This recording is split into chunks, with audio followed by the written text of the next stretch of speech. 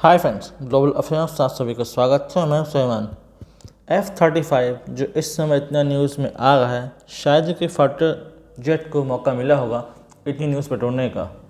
दरअसल कुछ समय पहले जर्मनी ने एक बात कही थी कि F-35 को आप ना लें क्योंकि इसमें किल स्विच है जो कि F-35 को इनइफेक्टिव बना देगा यदि यूएस चाहे तो। इस समय कनाडा ने ऑर्डर किया हुआ था F-35 जब जस्टिन ट्रूडो प्राइम मिनिस्टर थे कनाडा के। उन्होंने बहुत जल्दी आनन फानन में एक ऑर्डर किया 88 F-35 खरीदने का। लगभग $16 बिलियन का ये ऑर्डर था टू यूएस कंपनी। उस समय थे president of USA Joe Biden, उनके समय ये डील फाइनलाइज हुई थी। लेकिन जैसे ही ये न्यूज़ सामने आए कि ये पॉसिबिलिटी है कि कोई किल स्विच होगी जो F-35 को इनइफेक्टिव बना देगी, डिफेंस हार्डवेयर में ऐसा कुछ हो सकता है, उसके बाद से बहुत से कंट्रीज़ में एक पैनिक है। ऐसे देश जो ये सोच रहे हैं कि हम इसको लें वो पीछे हट रहे हैं, या जो ले चुके हैं वो इसको रिव्यू कर रहे हैं।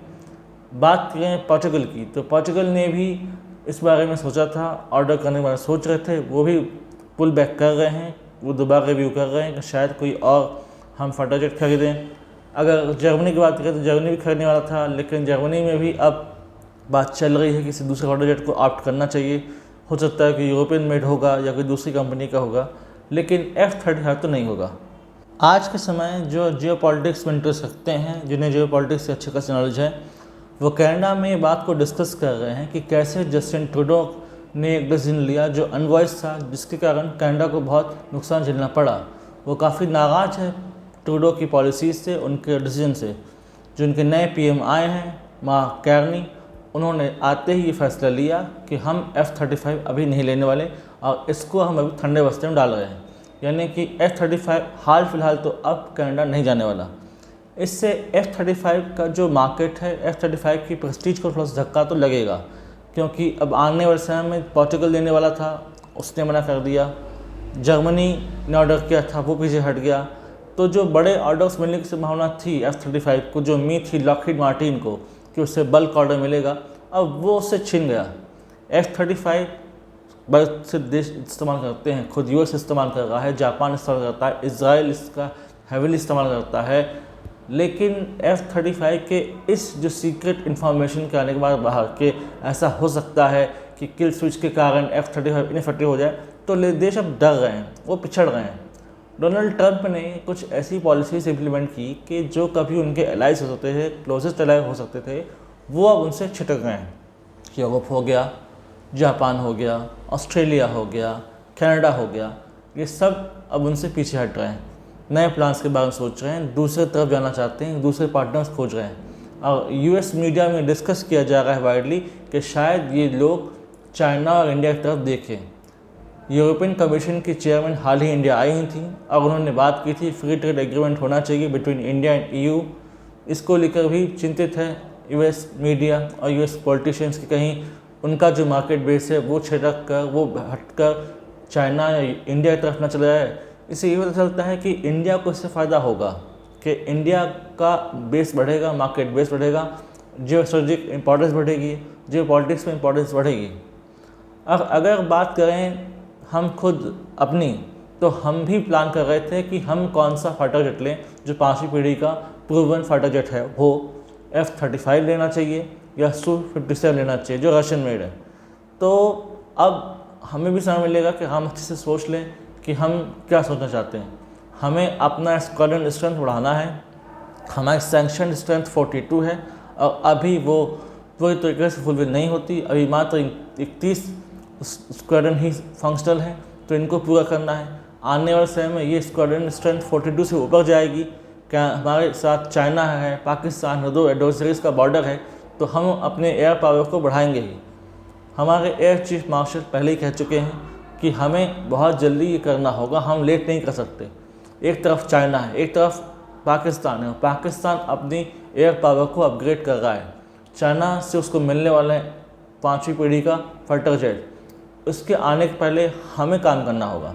अगर पाकिस्तान को मिल गया F-35 जैसा कोई फाइटर जेट जो 5वीं पीढ़ी का हो, तो फिर हमारे लिए दिक्कत होगी। फिर वहाँ पर इंडियन एयरफोर्स और पाक एयरफोर्स के बीच अगर कुछ हुई होता तो फिर दिक्कत होगी कि कैसे हम अपने डिफेंस को पूरा कर पाएंगे, कैसे इसको कंप्लीट कर पाएंगे। इसलिए ये भी एक चिंता की बात है। अगर बात करें तो इस चीज़ ने सरगर्मी बढ़ा दी है। F-35 तो ठीक है, F-35 की न्यूज़ तो नहीं रहेगी, लेकिन US को लॉस होगा अपने ट्रस्टेड पार्टनर्स का।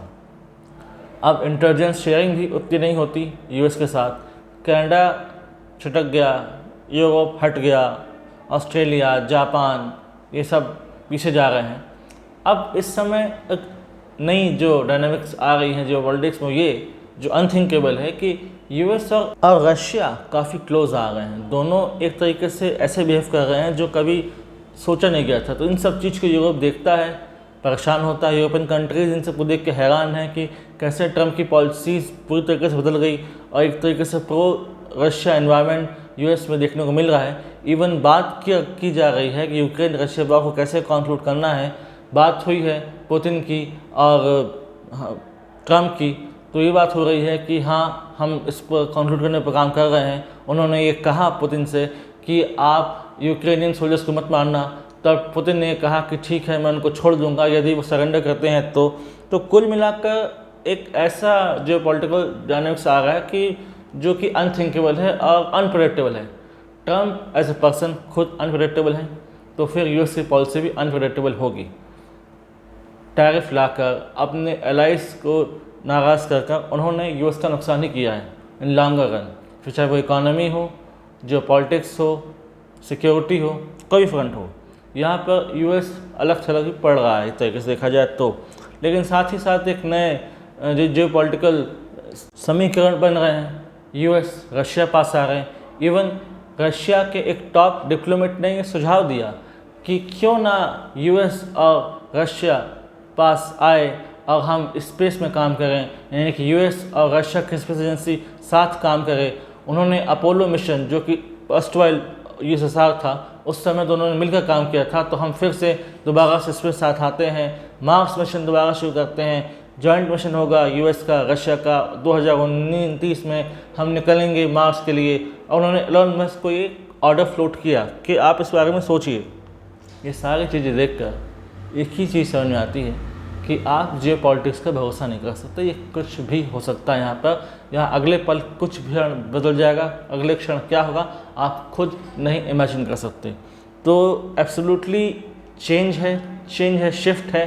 जियो पॉलिटिक्स कहाँ से कहाँ चला गया, कुछ महीनों में, 2-3 महीनों में जो नहीं सोचा गया था वो हो गया।